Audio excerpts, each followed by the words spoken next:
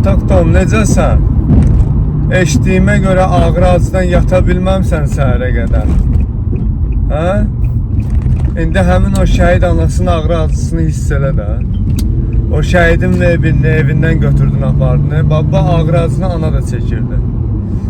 Plus ki, vətəndaş bir gün gecikən kimi baba ağrı-acısını vətəndaşına da salırsan. İndi həmin ağrı-acısını sən özün də çək.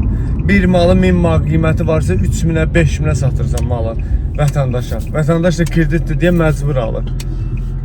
Bir mala 50%-dən çox qoyanda üstünə Allah burnundan gətirir. Eşitdiyimizə görə, bildiyimizə görə səhərə qədər yatmamısınız. İddialara görə milyonlarla malımız ambarda kül olub. Ələ gələsi deyil. Media olaraq hamısından xəbərimiz var. İndi həmin ağrı-acısını hiss elə. Başa düşdün, həmin vətəndaşın ağrı-acısını indi hiss elə. Qoy bəziləri də sizə baxıb bilsinlər bu nəticəni.